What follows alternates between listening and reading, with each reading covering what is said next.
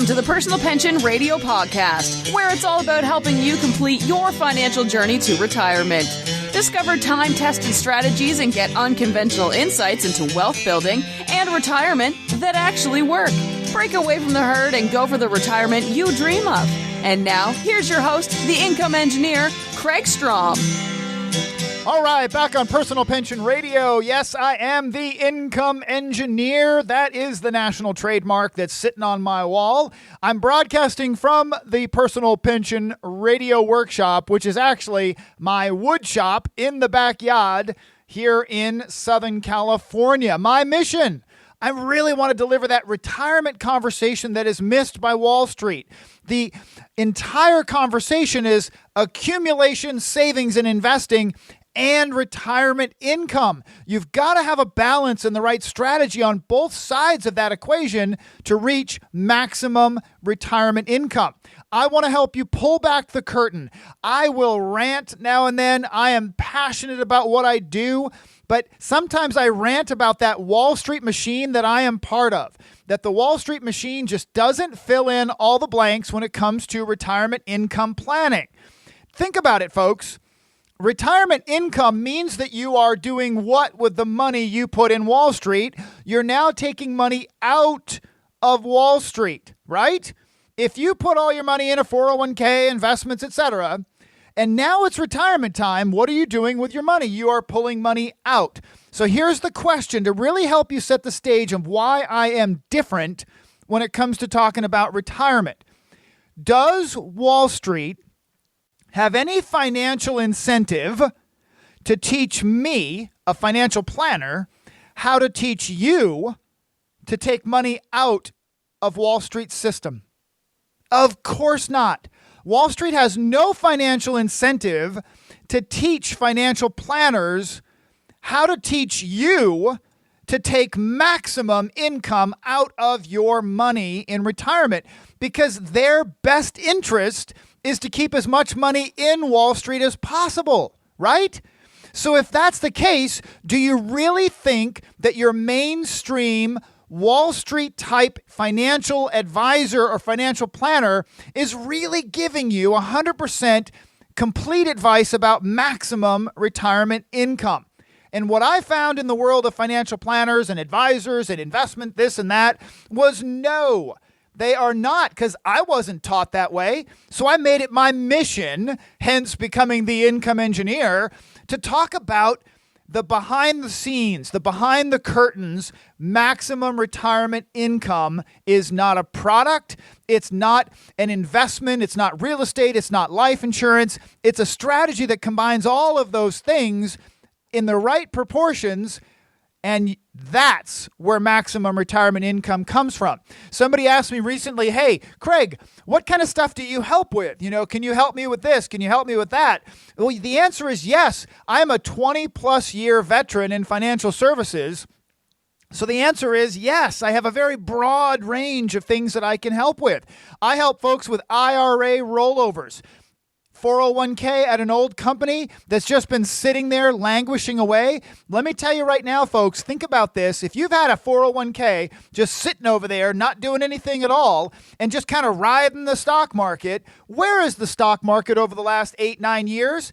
Yeah, the roller coaster is at the top of the mountain, right? It's at the top of the hill. Do you really just want to sit there and let your 401k crash over the other side, or your IRA or investment accounts? Now's the time to have that kind of review. So I help folks with IRAs, Roths, 401k rollovers, okay?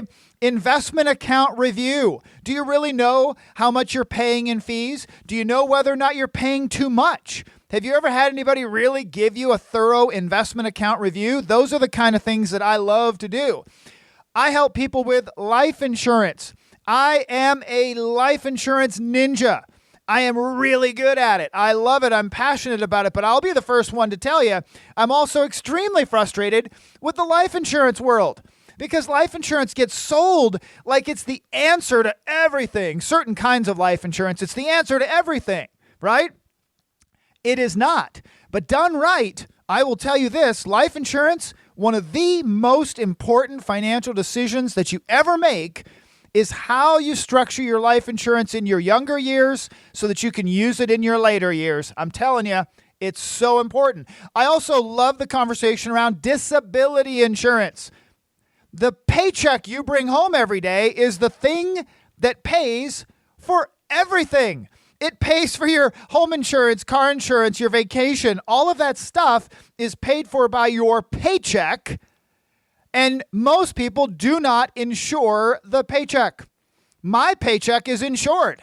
If I was disabled, unable to work, we would still be able to pay the mortgage, buy groceries. We'd still be able to pay the Netflix bill and Amazon Prime, and we'd be okay because my paycheck is insured. How about yours?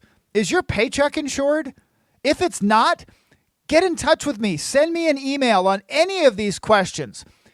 Kraig at kraigstrom.com, Kraig at kraigstrom, STROM.com, and I'm happy to help. I'll also help you with long-term care planning. Long-term care planning is not about just buying insurance. Long-term care planning could include insurance, investments, reverse mortgages, trusts, and estate planning. Long-term care planning can be a very in-depth, comprehensive conversation. And all too often, people meet with folks that the only answer they have for long-term care planning is you got to buy insurance. Well, that's not always the case. That's not always the case. I love long-term care planning. So remember, if any of these trigger with you, Kraig at kraigstrom.com. Now, quick disclosure. I am not an attorney. I am not a certified public accountant. I am a certifiably passionate, certified financial planner professional. As cool as this microphone makes me sound, please don't act on things that you hear on this show as if you're hearing personal advice for you. You've got to meet with a qualified financial planner to go through the details of your world before you actually act and implement something. Really, I would love that financial planner to be me. And a lot of you have actually been reaching out at Kraig at kraigstrom.com. One gentleman actually reached out on LinkedIn. You can find me on LinkedIn, Kraig Strom. I am all over LinkedIn and love it. So if you want to get additional content, you can follow me on Facebook and LinkedIn, but you can also just send me an email.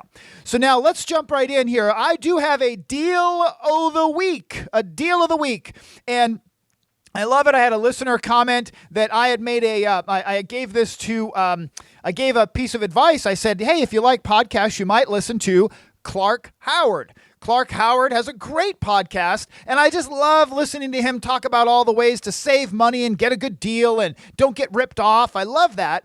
And he's been doing it for 25 years or more, I think. And I actually coined the Kraig's Deal of the Week because I love to listen to Clark Howard's Deal of the Week.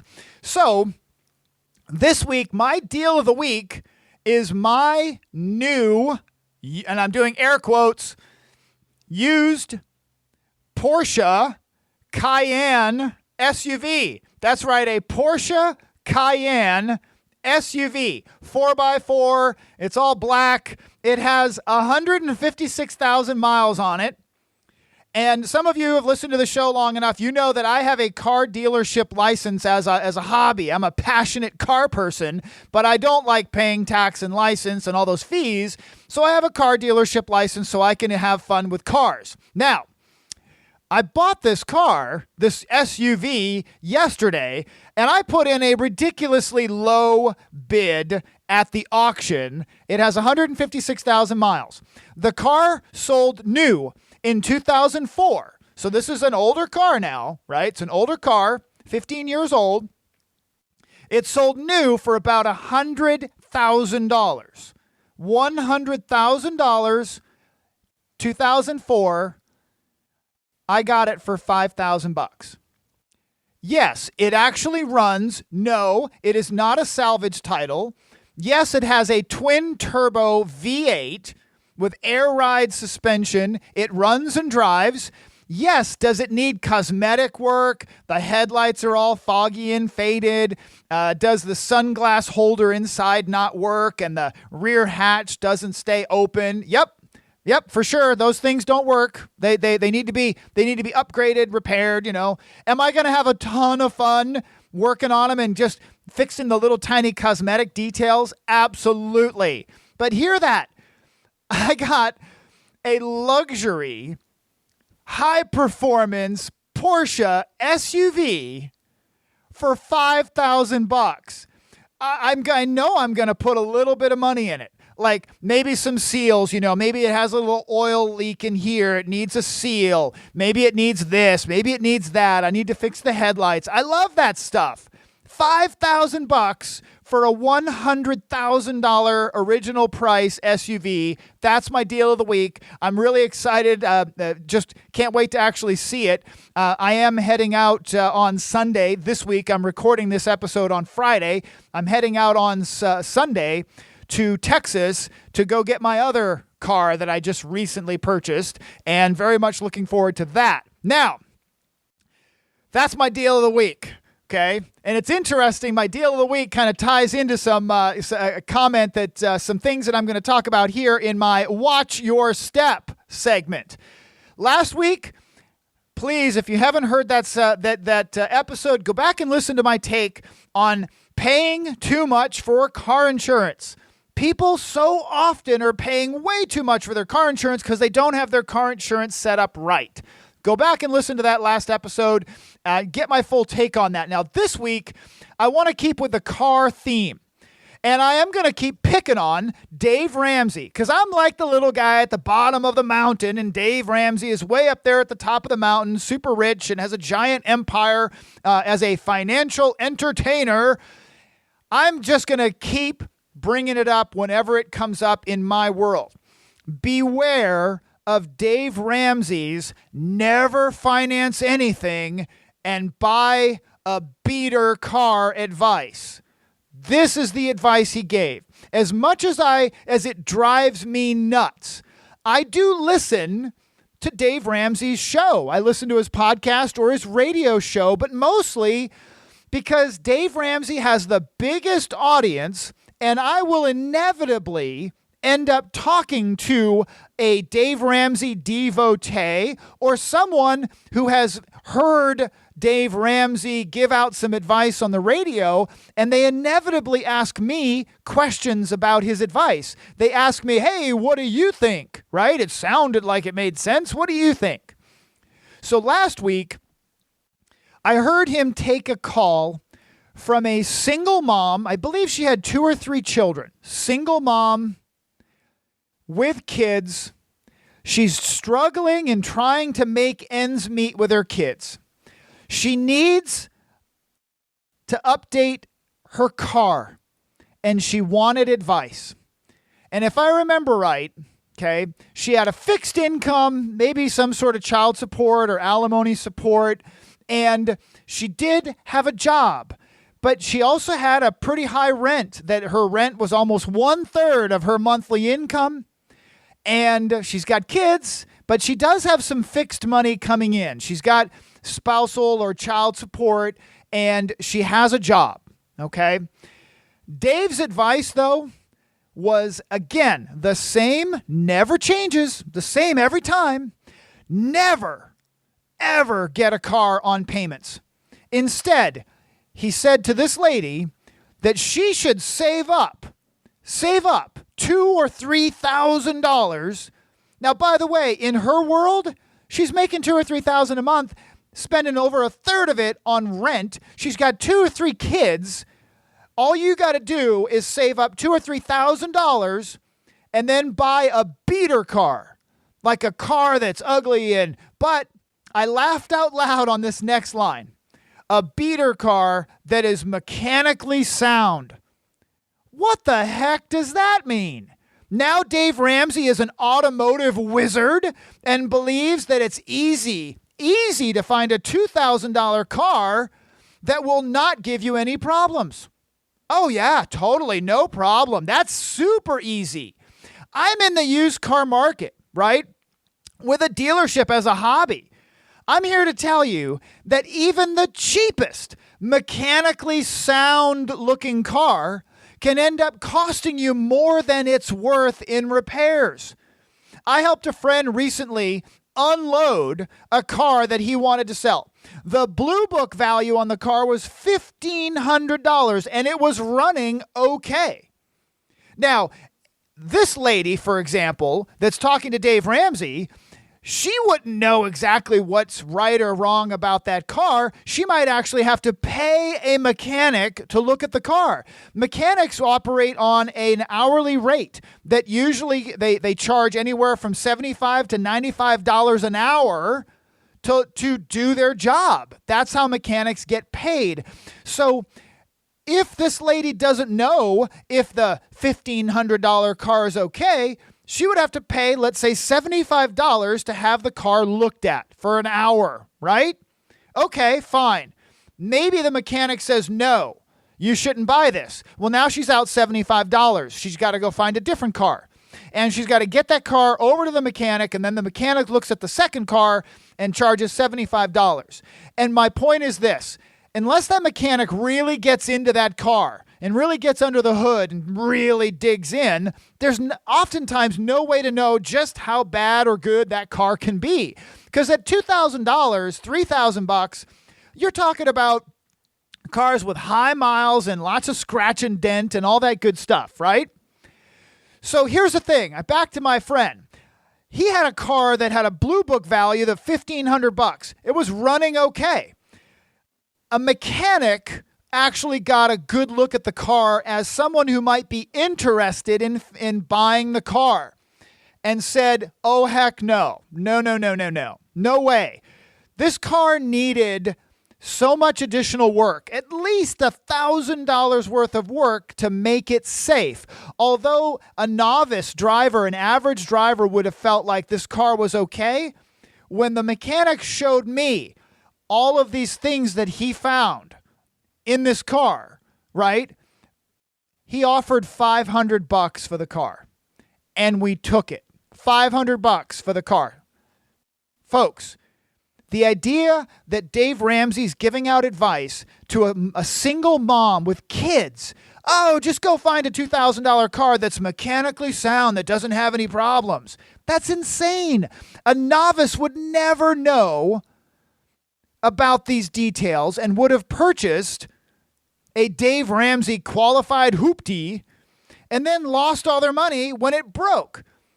And if you just simply ignore Dave Ramsey's advice and search for a newer car, notice I didn't say a brand new car, a newer car from a major dealership, a Toyota, a Nissan, a Kia, Hyundai, that offers good quality financing, not your buy here, pay here, ridiculous 19% financing that's available on some $2,000 cars, right? Things could be very different for this lady. If she actually had credit, if she'd followed advice of someone like Clark Howard to manage your credit carefully, this lady could ignore Dave Ramsey's advice and take my advice and Clark Howard's advice, but go in and get a car, let's say worth $8,000 from a major dealership, and her payments, let's say, would be $180 a month for a 5-year payment. Because this is a car she's got to keep for a long time. She doesn't have a lot of money, but $180 a month, she could swing that. You could swing $180 a month. That's not a huge car payment. And the car, depending on the manufacturer, might even come with a certified pre-owned warranty. Folks, this is a car that will not blow up, and this single mom will not have to worry about putting her kids in the back seat. So 2 thoughts. Dave Ramsey is rich. I love it. I don't fault him for that at all. I am happy to be financially successful myself personally. I would be thrilled to be classified as rich someday. That's great. It's not necessarily a goal of mine, but as I continue to build and do what I'm doing, it'll happen. Great. Rich is good. But he proudly touts the fact that he pays cash for all of his cars and all of his real estate. Cash and real estate. He pays cash. cars and real estate. He pays cash. When you make $10 million or more every year, you can do that. That being said, I would also say that paying cash for cars and for real estate is fiscally irresponsible. It is fiscally irresponsible and economically wrong.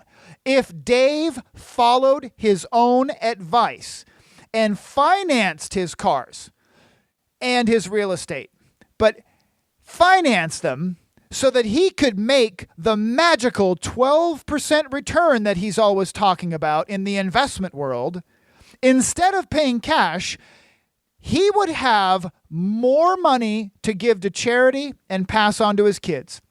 I'm going to say that again. If Dave Ramsey followed his own advice and financed his cars so that he could get the magical 12% return on that other cash instead of putting it in cars, he'd get the magical 12% return that he says exists in the investment world.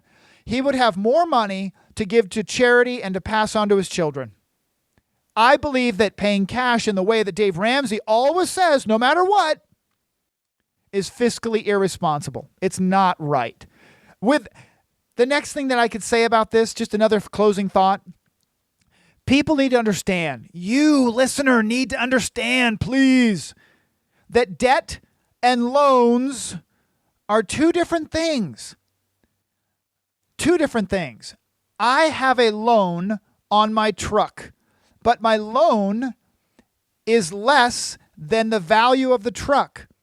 I have equity in my truck. If I owe more in loans than the value of my assets, I am in debt. If I owe less in loans than the value of my assets that I hold with those loans, I am in an equity position. I'm in the black, as an accountant would say. Okay? So not all debt is dumb is a nice catchy buzzword that Dave Ramsey likes to throw out there, a nice little catchphrase. But loans and debt are different, right? If you manage loans correctly, you're not in debt. Keep that in mind, folks. Okay, now I want to get on to three things in segment 2, some observations and some follow-up from listener questions and things that had come in over the week. So thank you to listener Greg for giving me these items that I put into my podcast today. Okay, these are just topics that, in general, I haven't covered in a while, and I want to get into a little more detail on these topics. Okay, the idea of a paid-off house, right? So I'm going to kind of going on this. I'm trying to channel Dave Ramsey, right? I'm going to channel Dave Ramsey. But first, let me sell you an investment. Okay, so listen carefully. I'm going to sell you an investment, and here's the investment. If you would just simply give me a check for $300,000, I'll take your check and I'll put it in my account. Now, I'm not going to pay you any interest. I'm not going to pay you any income on the $300,000. I'm not going to promise that the $300,000 is safe and guaranteed. In fact, where I'm going to hold it, it could actually lose a pretty significant amount of value. So it's not guaranteed and it's not liquid. If you actually want any of your $300,000 back, I would ask you to fill out 20 pages worth of paperwork, and then we go through a process to find out whether or not you were qualified to receive any of your money back. Okay. So how many folks are really, really excited about that investment? 0 rate of return, 0 income, risky. It has a good deal of risk. It's completely illiquid, right? What I just described is the house you live in when it's paid off. When the house you live in is paid off, you have a large amount of money sitting inside the house that does nothing but sit inside the house. Yes, we could argue it's covering what would effectively be the cost of rent somewhere else. Sure, But $300,000 sitting inside that house does not earn anything at all. Okay? Doesn't earn anything at all. So now let's say that you followed Dave Ramsey's advice and someday you paid off your house as quickly as you can, a 15-year mortgage, let's pay it off. Now what? Now what? The advice would be to invest the mortgage payment you were paying into your long-term savings. So let's say you were paying $1,500 a month towards your mortgage. Well, let's face it. If you were on a 15-year mortgage, you were paying $2,500 a month, and you knocked your mortgage down and you paid off your house. Well, what Dave Ramsey would suggest, and actually what I would agree in this particular case, is that $2,500 you should assume like it doesn't exist, because you still have a mortgage, but instead redirect the $2,500 into long-term savings. If you don't, here's what you have. You have a huge amount of illiquid cash sitting in your home, standing still, earning zero rate of return, and it will do that forever, and it will do you no good in retirement. Unless you pay off the house and then start saving what would effectively have been your mortgage payment, but saving that into your retirement savings, you're not going to be ready for retirement because the large amount of money that's trapped inside your house pays you nothing. It's important that when you pay off the house, you should keep funneling the mortgage payment into savings, right? Now, let me say this. If your goal is to pay off your house early, great. I do not believe that is economically the right thing to do. If you want more detail on that, go back and listen to episode 144 for a detailed review of Dave Ramsey proving himself wrong. If we use Dave Ramsey's own preachings, paying off your house is actually a bad idea when you rapidly pay off your house like he recommends. If you just followed his advice, if you followed the same advice he gives for life insurance on your home, way better position in retirement if you use a 30-year mortgage instead. Oh my gosh, way better. And when you use Dave Ramsey's own advice, you can see the numbers clearly.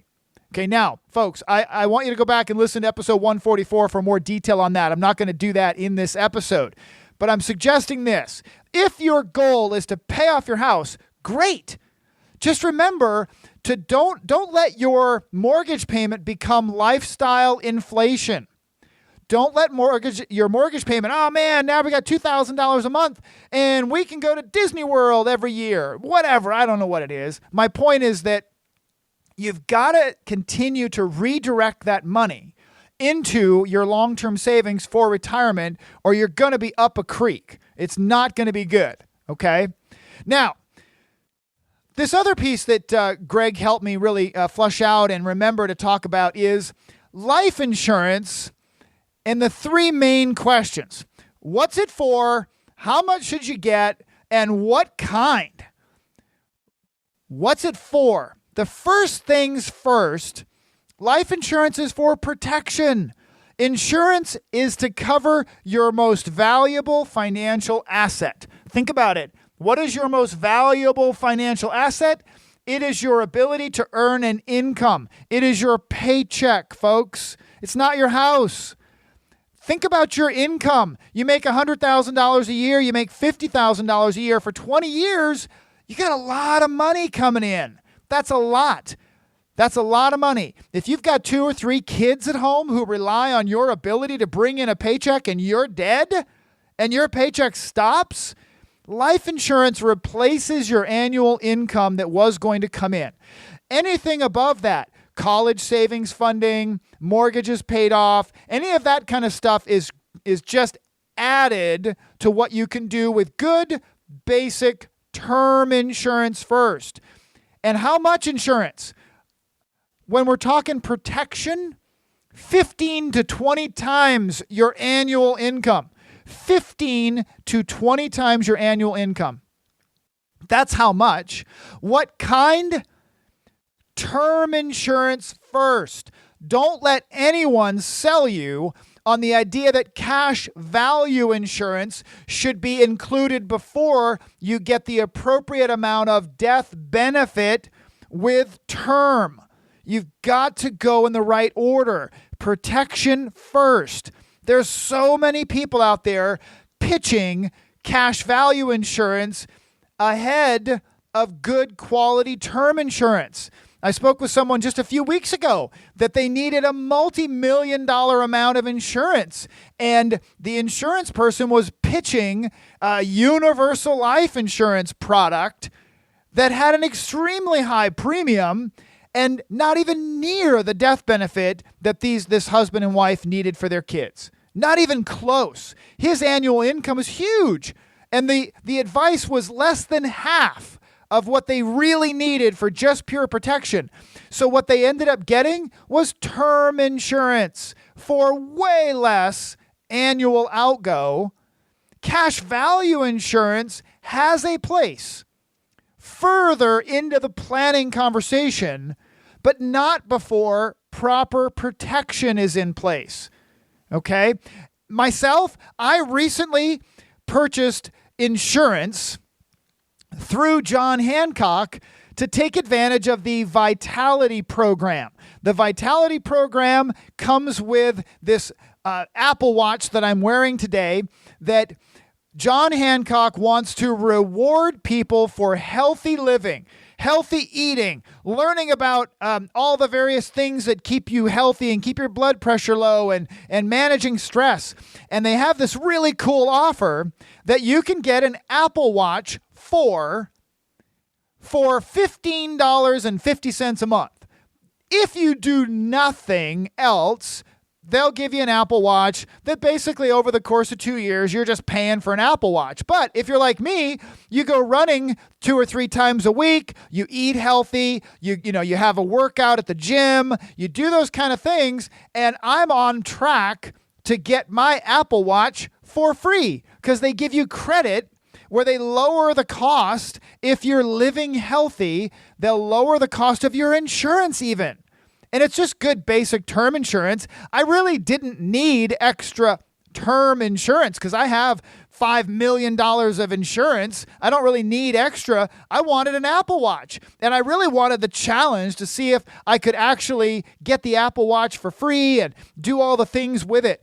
If you would like to know how to get life insurance from John Hancock with the Vitality program, I'm your guy. I would love to help you. Send me an email. I've had a bunch of folks send me emails this last week or two. Kraig at kraigstrom.com, KraigStrom, kraigstrom.com, and just say Vitality in your subject line, and we'll get together and we'll talk about the program and what it takes to go through it, and I'll take you through it. Life insurance from me, as fantastic as I am and how many years of experiences I have, doesn't cost any more if you get it through me. Don't go through some select quote program with some yahoo in a cubicle. Talk to the income engineer. Talk to somebody who's really passionate about the overall financial planning that this is plugged into. Ask me about the free Apple Watch offer, and I will be thrilled to help you with that, right? I also got a policy for my daughter as well, because she wants the Apple Watch offer too. So if you got young kids out there, this is a way to get them excited about being healthy early on, right? Early on. It's great for kids. Term insurance is so inexpensive for young teens. And they can even look at certain types of cash value insurance that's super inexpensive that comes with the Apple Watch program. Got one for my daughter. She's excited. She's going to get her Apple Watch here real soon. Now, the last thing I want to bring up is this question about, should I have a living trust? Living trust, wills, trusts, powers of attorney, what the heck is all that, right? Because most people know what a will is. A will is actually just instructions for what to do with the assets of a deceased person. A living trust, on the other hand, owns and holds title to assets, and living trusts don't die. So here's the thing. Should you have a living trust? Should you have a will? Should you have powers of attorney? Well, let me say this. Husbands and wives, you don't really need one. Husbands and wives in most states, community property, assets transferred to each other, no big deal. You don't need a living trust to do that. Why would you then have a living trust? Because you love your children. Why would you get a will and your estate plan done? Because you love your children and you don't want your kids to be stuck in the family courts and the probate system. I had someone ask once, or I asked someone, hey, do you have a living trust? They have five kids. They had 5 kids, young kids, all under 12, 13 years old, right? I said, so who's the guardian of your children if you die? Because they were like, we don't need a trust. We don't need a will. Who are the guardians of your kids? Oh, my sister Wendy. My sister Wendy, she'll take care of the kids. No, I said that is not correct. The guardians of your children are the probate courts or the family courts in the county you live in. You don't get to say your sister Wendy will be the guardian of your children unless you've written it down and stamped a notary on that sucker. The family courts will decide. And guess who your family gets to go to court with? Lawyers. And in California, it could take 18 months or more and $10,000 plus in legal fees to go through the family courts and the probate courts. Folks, the reason you get a living trust and wills and powers of attorney and all that stuff is because you love your kids. You love your family. You don't want anybody to go through that nightmare of letting the government stick their hands in your business, right? If you look back, think about powers of attorney, right? If you've got a big, expensive house, great. If you've got basic assets, a business, if you've got business accounts, anything like that, and you have a car accident where you are unconscious, you cannot sign your name. Well, financial advisors, bankers, lawyers, everybody like myself, none of us can talk to your wife, your husband, if they don't have a power of attorney. None of us can do anything for you. We can't take withdrawals out of your investment accounts. We can't update anything. We can't talk to your mortgage company. We can't do anything without a power of attorney. So should you have a living trust? If you own assets, yes. If you own a house, absolutely. If you have kids, should you have a will, living trust, powers of attorney, a children's trust to protect their assets in case you both die? Absolutely. Does it have to be super expensive? No. Guess what? I'm also a paralegal with the law firm that I work with. I can help to facilitate your estate plan. We work with clients all over the country. If you have thought to yourself, man, we got to get that done, now's your time. Kraig at kraigstrom.com, estate plan in your subject line. Let's get that done. Okay? I offer a great discount for my listeners. I don't quote the discount because everybody's estate is different. Some estates are big and complicated. Some are good, basic estates. And there's really straightforward, easy to get done. But I'll tell you this, you're going to get an amazing value and an awesome law firm, way better than some online LegalZoom living trust, by working with the income engineer.